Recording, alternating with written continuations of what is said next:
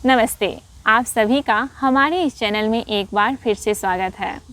आज हम चर्चा कर रहे हैं आयुर्वेद के अनुसार वर्षा ऋतुचर्या क्या होनी चाहिए, यानी वर्षा ऋतु में हमारी दिनचर्या में क्या चीज़ें ऐड होनी चाहिए और कौन सी चीज़ें हमें नहीं करनी चाहिए। वर्षा ऋतु में आयुर्वेद कहता है कि तीनों दोषों के प्रकोप की संभावना बढ़ जाती है, लेकिन सबसे ज़्यादा जो बढ़ता है वो है वात दोष। साथ ही क्या होता है, हमारे जठर अग्नि मंद पड़ जाती है, यानी जठर अग्नि के मंद पड़ते ही पेट से जुड़ी समस्याएं शुरू हो जाती है, जैसे डायरिया हो जाती है, अनपच की प्रॉब्लम होती है, उल्टी की समस्या होती है, एसिडिटी की प्रॉब्लम होती है।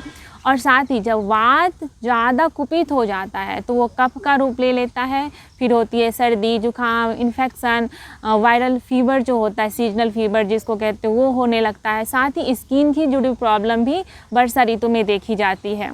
तो हमें कौन सी चीज़ें नहीं करनी चाहिए और कौन सी चीज़ें ऐड करनी चाहिए लाइफ में, जिससे वर्षा ऋतु में हमारा स्वास्थ्य उत्तम बना रहे। चलिए देखते हैं, इसको 10 पॉइंट में हमने डिवाइड किया है। चलिए जानते हैं वो कौन से पॉइंट हैं। सबसे पहले चर्चा करते हैं 10 चीज़ें जो हमें वर्षा ऋतु में नहीं करनी चाहिए। पहला जो है वो हरे पत्तेदार सब्जियां हमें वर्षा ऋतु में नहीं खानी चाहिए, इसका त्याग कर देना चाहिए। दूसरा जो है वो है कि वर्षा ऋतु में सत्तू का सेवन नहीं करना चाहिए। अगर सत्तू का सेवन करना ही पड़े तो आप पराठा बना सकते हो, उसको लिट्टी बना सकते हो, पकाकर खा सकते हो चीज़ों के साथ, लेकिन भूल कर भी उसका उपयोग पानी के साथ घोल कर ना करें। तीसरी जो चीज़ है वो है दिन में सोना छोड़ दीजिए, क्योंकि आप गर्मी के मौसम में सोते आ रहे हैं, आपकी आदत बन चुकी है। बारिश प्रारंभ होते ही, वर्षा ऋतु प्रारंभ होते ही दोपहर में सोना छोड़ दीजिए आप। चौथी जो चीज़ है वो है खुले आसमान के नीचे रात में रुकना। 8-9 बजे के बाद जो आप रात में खुले आसमान के नीचे रहते हो वर्षा ऋतु में, जैसे छत पे सो रहे हो या बाहर घूम रहे हो, इसका बिल्कुल त्याग कर दें। पांचवी जो सबसे महत्वपूर्ण चीज़ है वो है ये है कि आपको अधिक श्रम करने से बचना चाहिए, यानी अपनी क्षमता से ज़्यादा काम करने से आपको बचना चाहिए। यानी ऐसे काम आपको नहीं करना चाहिए जिसमें ज़्यादा पसीना आता है। व्यायाम करने से खास करके बचना चाहिए आपको, कुश्ती लड़ने से बचना चाहिए, इस तरह के काम से बचना चाहिए। छठी जो चीज़ है वो धूप नहीं सेकना चाहिए आपको बारिश के मौसम में। 10 बजे के बाद आपको धूप में अगर जा रहे हो तो सिर को कवर करके जाना चाहिए, सिर पे कॉटन के कपड़े डाल के या टोपी पहन के जाना चाहिए, आपके स्वास्थ्य के लिए अच्छा है।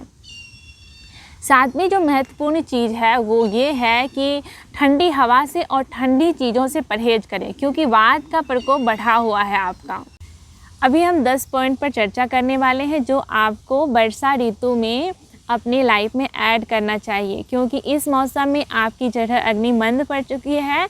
तो आपको ऐसी चीज़ें करनी चाहिए जो जठर अग्नि को प्रदीप्त करें, साथ ही वात दोष का शमन करें।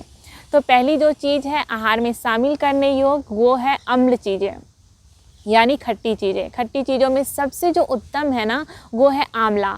आंवला का आप कैंडी यूज कर सकते हो, आंवला का मुरब्बा यूज कर सकते हो, आंवला का अचार यूज कर सकते हो। साथ में आप अनार यूज कर सकते हो। अनार भी आपके जठर अग्नि को प्रदीप्त करता है, अग्नि को बढ़ाता है।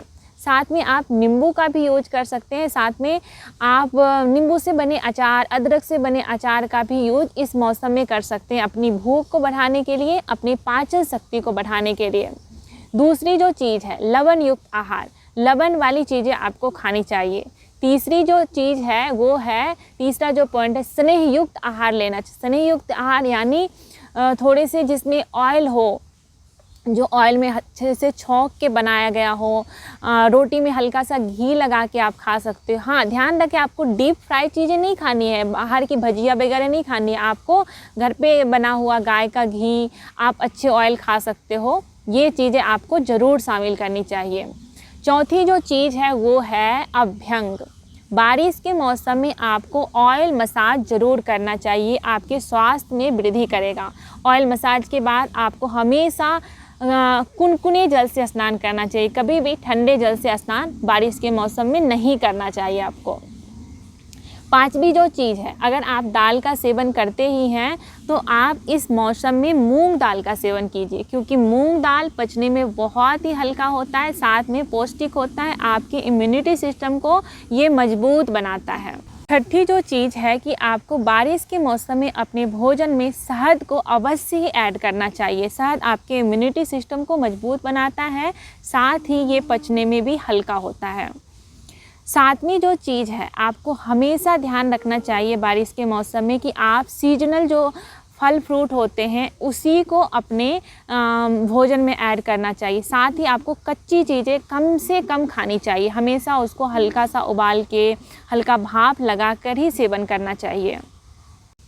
अगली जो चीज़ें हैं, आठवीं जो चीज़ है वो ये है कि हमेशा बारिश के मौसम में जब भी खाना बनाएं उसमें थोड़ा गरम मसाला का यूज करें, सौंठ का यूज करें, ये आपकी अग्नि को प्रदीप्त करेगा। अगली जो चीज़ है, नौवीं जो चीज़ है, हमेशा बारिश के मौसम में पुराने अनाज का यूज करें, पुराने चावल को खाएं। जौ आप खा सकते हैं, जौ पचने में बहुत ही हल्का होता है और पौष्टिक भी होता है। साथ में आप कोशिश करें जब भी चावल खा रहे हैं उसको थोड़ा सा छौंक लगा के खाएं, करी पत्ता से, थोड़ी सी अदरक से छौंक लगा सकते हैं। ये आपके पचने में हल्का होगा, साथ ही आपकी जठर अग्नि को प्रदीप्त करेगा।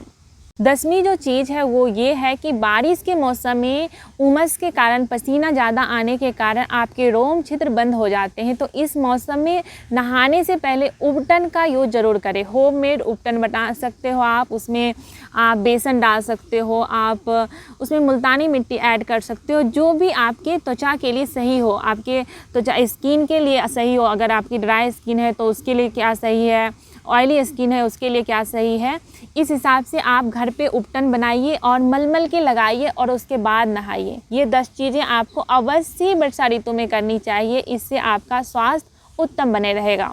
आप भी हमें कुछ बता सकते हैं इस टॉपिक पर कि आप वर्षा ऋतु में क्या क्या करते हैं। हमें उम्मीद है आपको ये वीडियो बहुत अच्छा लगा होगा। हमें कमेंट ज़रूर करें। मिलते हैं नेक्स्ट वीडियो में, तब तक के लिए नमस्कार।